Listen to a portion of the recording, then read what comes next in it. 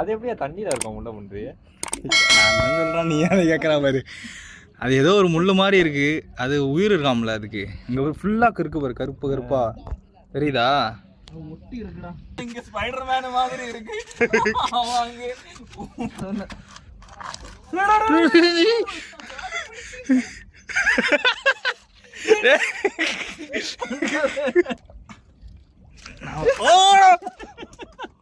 அடா இது உள்ள போயிடுச்சுடா.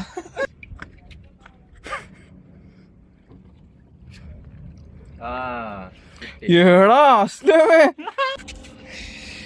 என்ன கருமனாது. ஒரு மலையாளத்துல ஒரு இது விளையாடு இருக்குடா.